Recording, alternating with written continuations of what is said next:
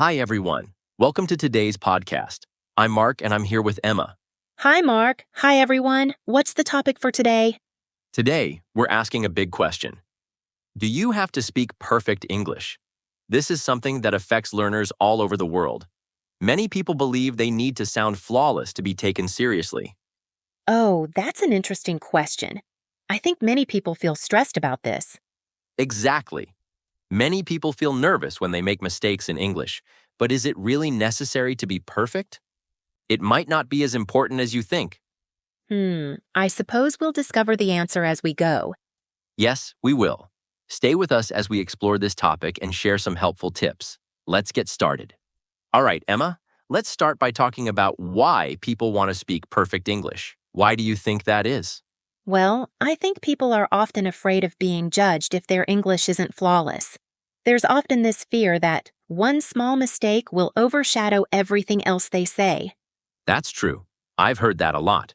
Some people worry that making mistakes will make them look less intelligent. Absolutely. I believe people often feel pressured to speak perfectly, especially in work or school settings. Exactly. In job interviews or presentations, speaking well can feel really important. But sometimes, we put too much pressure on ourselves. Perfectionism can actually hold us back from showing our true abilities. Right. I remember when I first started learning Spanish, I was so afraid of making mistakes that I didn't speak much at all. I understand that. But here's the thing. Mistakes are part of learning. Even native speakers make mistakes sometimes. In fact, those mistakes can help you grow and improve over time. You're right. I think we all want to sound good, but perfection isn't always the goal. Absolutely. It's important to try your best, but the goal should be to communicate, not to be perfect. I like that idea. So, Emma, let's get to the big question. Is it really necessary to speak perfect English? Hmm, I think it depends. It can be useful at work, but it's not a big deal in everyday life. Most conversations are about sharing ideas, not impressing people with flawless grammar. I agree. The truth is, most people just want to understand and be understood. You don't need perfect grammar for that. Yes, I remember when I was in Spain and asked for directions. Even though I didn't speak perfectly, people still understood me and helped. That's a great example. Communication is more important than perfection. In fact, many famous people who speak English as a second language don't speak perfectly, and they are still successful. Their confidence and ability to connect with others make all the difference. Oh, so true. Like actors or athletes who give interviews in English. They make mistakes, but no one really cares. Yes. And did you know that even native speakers don't always follow grammar rules in casual conversations? Language is more fluid than many people realize. That's true. I hear slang and informal language all the time. Right. English is flexible, and it changes depending on where you are and who you're talking to. A little mistake won't stop people from understanding you. In fact, sometimes mistakes can make conversations more interesting and personal. I suppose that relieves pressure. It's more about being confident and trying. Exactly. Confidence can make a big difference. Now, let's talk about why communication is more important than perfection. I'm looking forward to it. So, Emma, what would you say about it? Why is communication more important than perfect English? I think. This is a key point, Mark. At the end of the day, it's all about expressing yourself and making connections. Imagine yourself at a restaurant. Perfect grammar isn't necessary to get your order as long as the waiter understands you. That's a great example. I've made small mistakes while ordering, but I still got my food. Absolutely. And let's say you're asking for directions.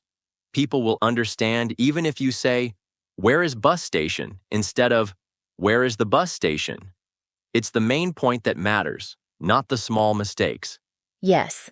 Most people focus on the main idea, not the small mistakes. And additionally, when you focus too much on speaking perfectly, it can actually stop you from speaking at all, which is worse. Oh, I've felt that. Sometimes I hesitated to speak in Spain because I was too worried about making mistakes. Exactly. But silence won't help you learn. Speaking, even with mistakes, helps you overcome your fears and improve. That's so true. I've learned a lot just by trying and talking to people. See? It's all about practicing. As long as people understand you, you're doing great. As long as you can get across your idea so people understand you, you're doing great. I really like that, Mark. So, what would you say to build confidence while speaking?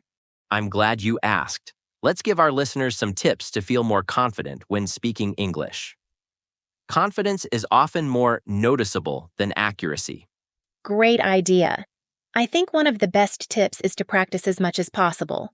The more you speak, the easier it gets. I agree. And don't be afraid to make mistakes. Everyone makes them, even native speakers. Yes. I often laugh at my Spanish mistakes. It helps me relax and remember the right way next time. That's a great attitude. Another tip is to speak slowly.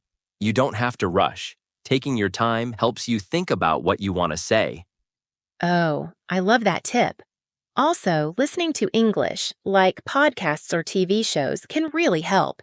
You pick up new words and phrases naturally. Absolutely. And remember, the goal is to communicate, not to be perfect. Exactly. Just keep going and don't give up. Well said, Emma. Let's wrap things up in the next part. I think we've covered some really important points today. Yes, we talked about why people want to use perfect English and realized that clear communication is more important. Exactly. We also shared tips to help build confidence when speaking.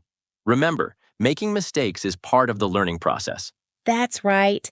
Just keep practicing and focus on being understood, not being perfect. Thanks for joining us today, everyone. We hope you feel more confident about speaking English. See you next time for another fun and helpful episode. Take care and keep studying.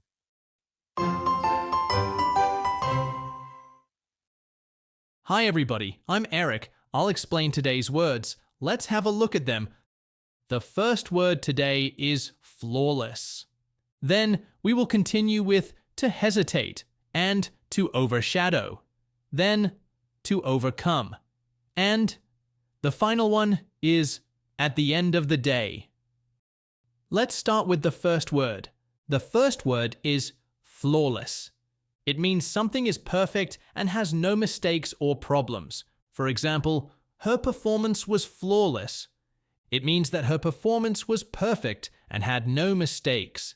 The second example is, the dress she wore was flawless. It means that the dress was perfect and had no problems or issues. The second word is to hesitate. It means to stop for a short time because you feel unsure or nervous. For example, she hesitated before answering the question. It means that she stopped for a moment because she was unsure about the answer. The second example is, he hesitated to jump into the pool. It means that he waited for a short time because he was nervous to jump. The next word is to overshadow. It means to make someone or something look smaller, less important, or less spatial. For example, her singing overshadowed everyone else in the competition. It means that her singing was much better, so other people did not seem as good. The second example is, his success overshadowed his friend's achievement. It means that his success was bigger, so his friend's achievement did not seem as important. And now, to overcome. It means to solve a problem or win against something difficult. For example, she overcame her fear of speaking in public. It means that she stopped being afraid and was able to speak in public. The second example is, he overcame many challenges to finish the race. It means that he solved problems and finished the race, even though it was hard. The last word of today is at the end of the day. It means the final result, or the most important thing after everything.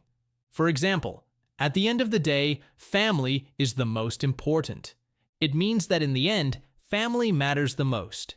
The second example is, we tried our best, but at the end of the day, we lost the game.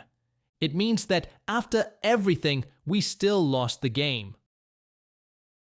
Well, that's it for today's episode of Easy English Podcast. We hope you found the words helpful and the explanations easy to understand. Thanks for listening. Keep studying your English and stay tuned. Bye for now.